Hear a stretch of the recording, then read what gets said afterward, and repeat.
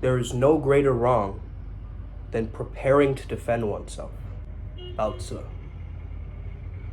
This is the art of spontaneous action, the concept of Wu Wei, described through an amazing story. Let's get it. Yeah. I'm inspired. I'm inspired. Greetings, Earthlings. My name is Sumit Chatterjee from the Flow Zone Academy, and I'm a flow state coach, which means that I help you feel better and perform better. Today, we're talking about the art of spontaneous action, and the concept goes that you can't have a mind with deliberation. Okay, this is the mind with no deliberation. That's what you need is Wu Wei, a concept called effortless effort or effortless action. This does not mean being a passive bystander the rest of your life. It means through your beingness, you're being led naturally through this natural source of power within you that's going to get you to achieve and actually do amazing things. Having a mind of no deliberation or rationalization, you could also call it, is very easy in childhood, but as we grow older, our imagination narrows and we get very caught in our own ways, okay? We limit ourselves using our own intellectual minds that can be used as a weapon to sever ties from the world, from people, from ideas, from concepts. But the more we dissect, the more difficult it gets to actually tap into that natural sense within. The mind doesn't want to wind down for the fear of missing something. If you're cutting off the fuel source to the overthinking mind, it takes a lot of surrender and a lot of faith. Because you're in this self-perpetual loop, the mind will constantly think of other thoughts and more thoughts and more thoughts and more thoughts. You want to be the one that is the observer of those thoughts and not immediately react to a thought that pops into your mind. Because if you did, imagine reacting to every single thought in your mind. You're gonna go around huffing and puffing smoke. You're gonna be irritated and irked by every single thing. You're gonna be triggered by every single thing. Now, we're not trying to build Karens, or I don't know what the male equivalent of Karen is. Maybe a Craig. We're not trying to build those here on this channel, right?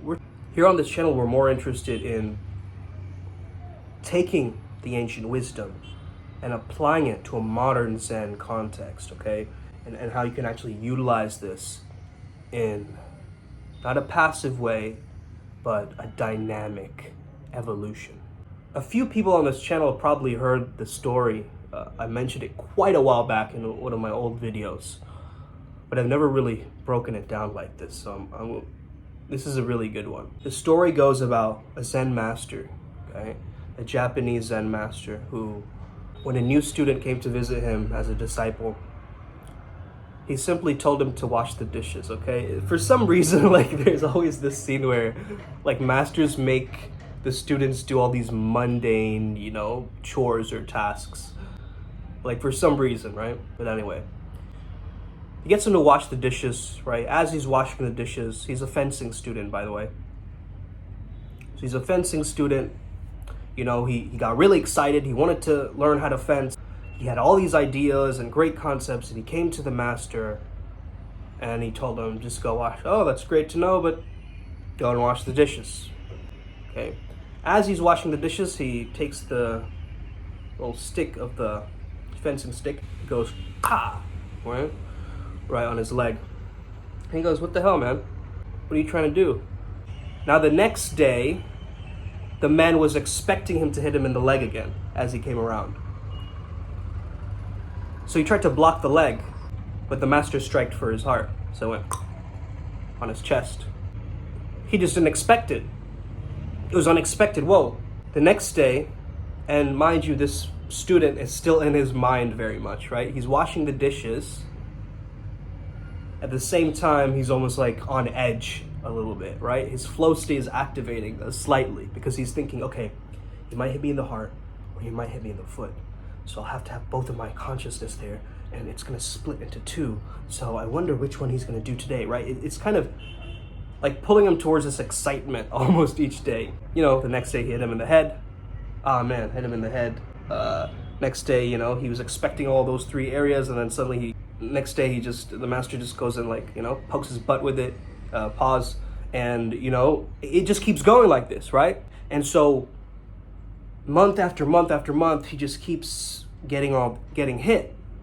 Now after a while, he's gotten so used to this, right? It's so autopilot for him that he's gonna attack him, that now he's just completely in the zone. Okay, he's just washing his dishes, and he knows now.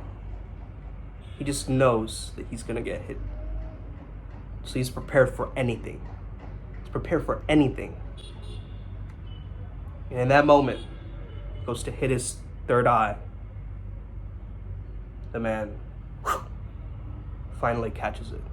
Now this is a beautiful story, because this is what happens, right? Our mind fragments. You know, we think we can predict everything from before and prepare everything and have everything planned and, you know, be so rational creatures.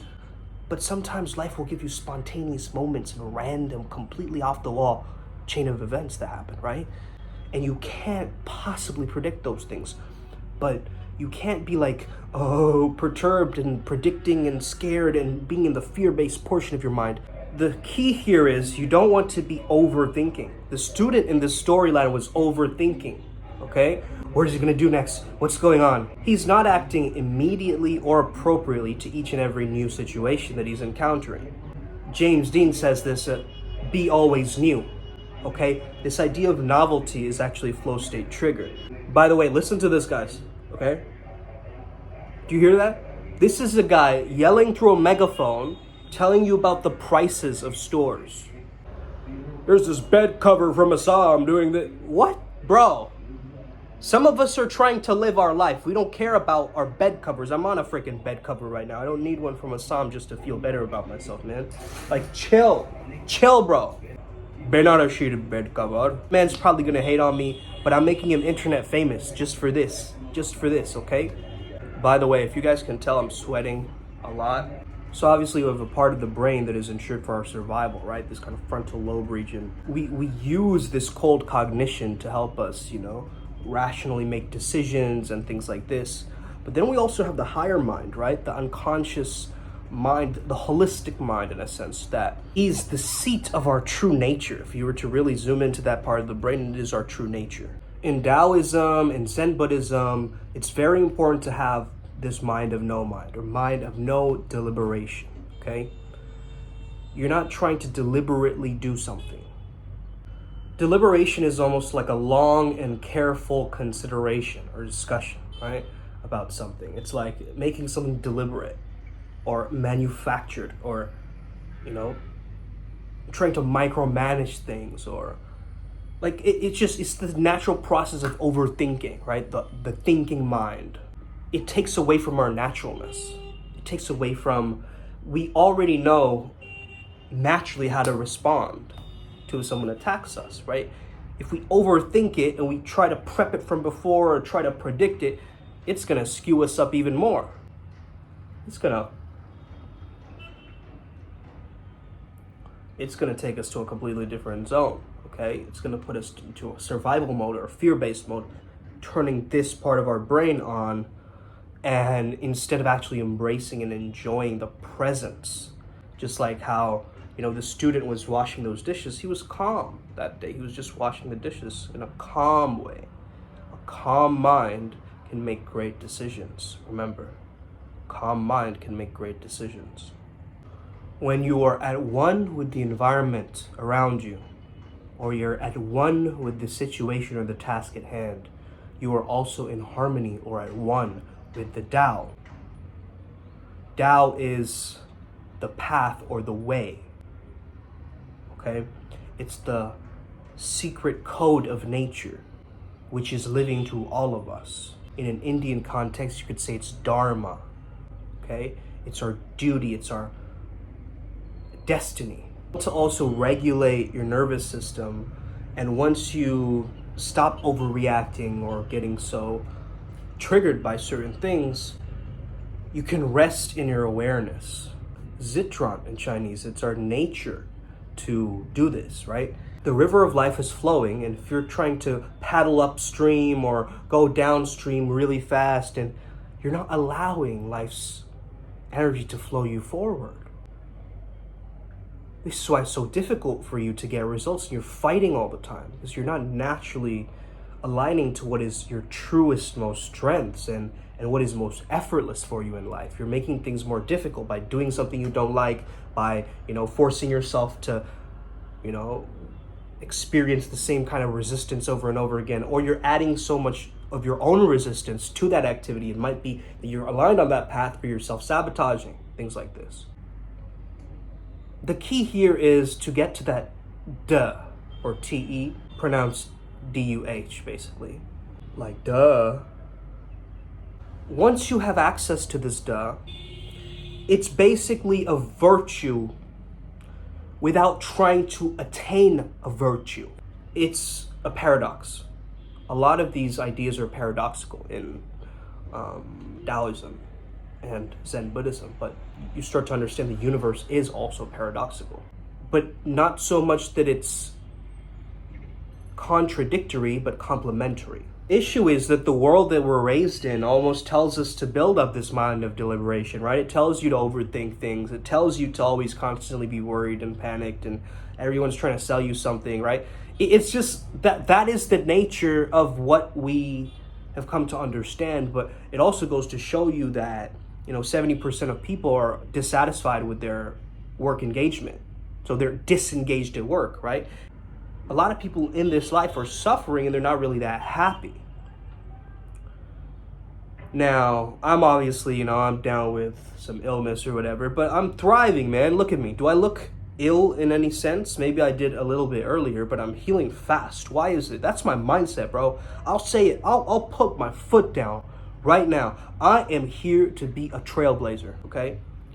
Like, not me, myself, my channel, my vessel here on this physical incarnation. I'm not too sure what else I'm here to do.